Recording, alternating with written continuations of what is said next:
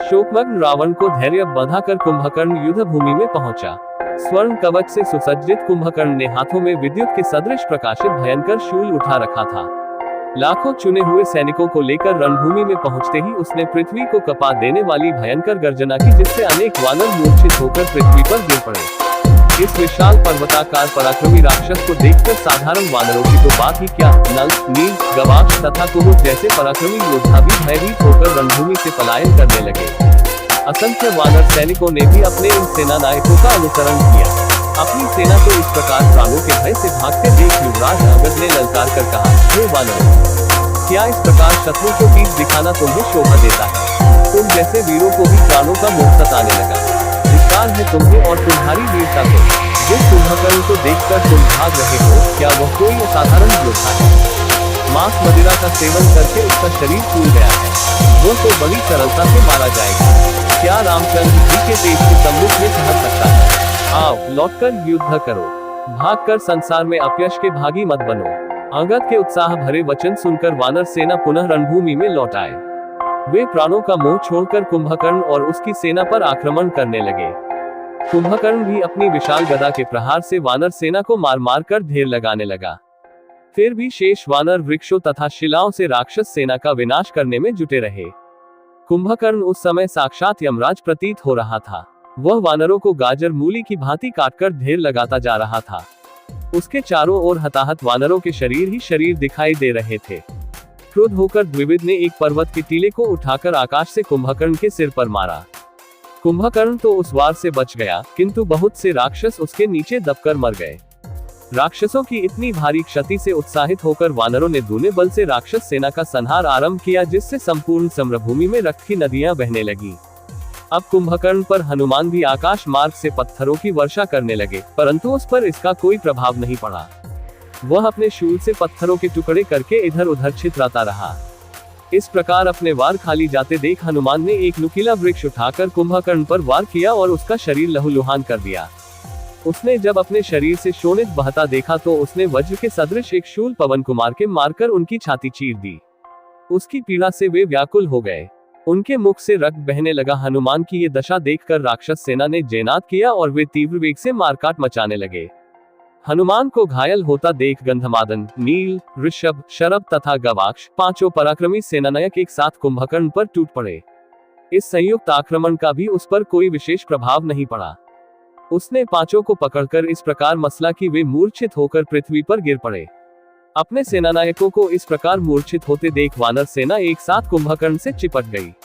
वह इससे भी विचलित नहीं हुआ और मुकों से मार मारकर उनका सफाया करने लगा।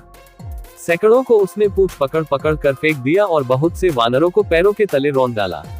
जब उसके सम्मुख हनुमान, अंगद, नील, द्विविद, सुग्रीव जैसे वीर भी न ठहर सके और वानरों का अभूतपूर्व विनाश होने लगा तो सेना में भगदड़ मच गई। उन्होंने रामचंद्र जी के पास जाकर गुहार की, हे रघुवीर, कुंभकर्ण ने हमारी सेना को तहस नहस कर दिया है। हमारे बड़े बड़े सेनापति घायल हो गए हैं। वह यमराज की भांति हमारी सेना का घोर विनाश कर रहा है। ऐसा प्रतीत होता है कि वह हमारी संपूर्ण सेना को नष्ट कर डालेगा। इसलिए हम आपकी शरण में आए हैं। अब आप ही कुछ कीजिए, अन्यथा आज हमारी सेना का नामो निशान नहीं बचेगा। अपनी सेना की दुर्दशा का वृतांत सुनकर लक्ष्मण का मुख क्रोध से रक्तवर्ण हो गया। वे राम की अनुमति लेकर कुंभकर्ण से युद्ध करने के लिए चले। उनके पीछे पीछे वानर सेनापति भी जयघोष करते हुए चले। अपने सम्मुख लक्ष्मण को देखकर कुंभकर्ण ने हर्षनाद करते हुए कहा, लक्ष्मण, मुझसे युद्ध करने का तुम्हारा साहस देखकर मैं प्रसन्न हुआ। तुम अभी बालक हो और मैं तुम्हारा वध नहीं करना चाहता।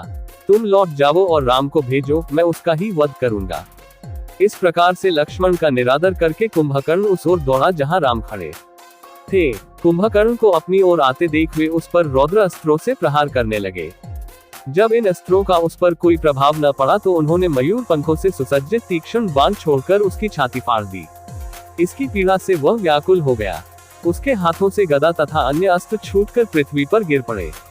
जब रामचंद्र जी के आगे उसकी एक न चली तो वह खिसियाकर मुकों, लातों और थप्पड़ों से वानरों को मारने लगा। इस पर श्री राम ने उसे फिर ललकारा और तीक्ष्ण बाणों से उसके शरीर को छलनी कर दिया। तब कुपित होकर कुंभकर्ण ने पृथ्वी से एक भारी शिला उठाकर रामचंद्र जी पर फेंकी, जिसे उन्होंने 7 बाण मारकर चूर चूर कर दिया। फिर तीक्ष्ण नोक वाले 3 बाण छोड़कर उसका कवच तोड़ डाला। कवच के टूटते ही वानरों ने फिर उस पर धावा बोल दिया। उनसे घायल होकर वह क्रोध में इतना पागल हो गया कि उसे अपने और पराये का भी ज्ञान न रहा। उसने वानरों और राक्षसों सभी को मारना आरंभ कर दिया। कुंभकर्ण की ये दशा देखकर राम ने उससे फिर ललकार कर कहा, अरे राक्षस, उन सैनिकों से क्या उलझ रहा है? इधर आकर मुझसे युद्ध कर।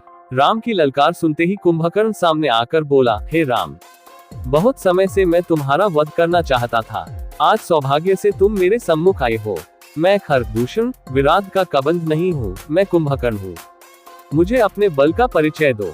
कुंभकर्ण की ललकार सुनकर रामचंद्र जी ने अनेक अग्निबाण एक साथ छोड़े, परंतु उन्हें कुंभकर्ण ने मार्ग में ही नष्ट कर दिया। इस पर उन्होंने वायव्य बाण छोड़कर उसकी एक भुजा काट डाली। भुजा कटने पर क्रोध और पीड़ा से गरजता हुआ भी वह वानरों का संहार करने लगा। इस भीषण मारकाट से भयभीत होकर वानर त्राहिमाम त्राहिमाम कहते हुए रामचंद्र जी के पीछे जाकर खड़े हो गए। तब रामचंद्र जी ने ऐंद नामक बाण से उसकी दूसरी भुजा भी काट डाली।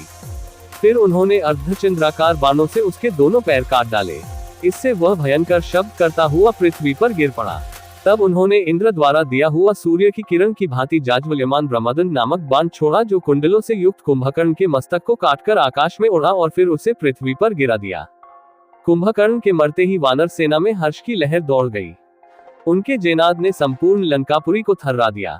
कुंभकर्ण के मरने के पश्चात राक्षसों ने रावण को जाकर दुखद संवाद सुनाया। कुंभकर्ण की मृत्यु का समाचार सुनकर रावण मूर्छित हो पृथ्वी पर गिर पड़ा। नरांतक, देवांतक, त्रिशिरा आदि राक्षस भी अपने चाचा की मृत्यु का समाचार सुनकर रोने लगे। जब रावण की मूर्छा भंग हुई तो वह विलाप करके रोने लगा, हाय, आज मैं भाई को खोकर बिल्कुल असहाय हो गया। जिस कुंभकर्ण के नाम से देव दानव तक थर्राते थे, वह वीर आज मनुष्य और वानरों के हाथों मारा गया। तुम्हारे बिना आज ये राज्य मेरे किस काम का? तुमने ठीक ही कहा था कि मैंने विभीषण की बात न मानकर भूल की थी। हाँ कुंभकर्ण, तुम मुझे अकेला क्यों छोड़ गए? बिना भाई के ये जीवन भी कोई जीवन है। मैं तुम्हारे बिना अब किसके भरोसे जीऊंगा? इस प्रकार विलाप करते हुए वह फिर मूर्छित हो गया।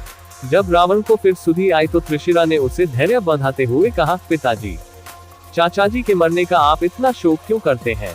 उन्होंने तो शत्रु के छक्के छुड़ाने के पश्चात ही वीर गति प्राप्त की है। अभी आपको निराश होने की क्या आवश्यकता है? आपके पास तो ब्रह्मा की दी हुई शक्ति है। उसी से आप सेना सहित राम का नाश कीजिए। हम सब भी आपके साथ चलेंगे। आप अभी शोकाकुल हैं, विश्राम कीजिए।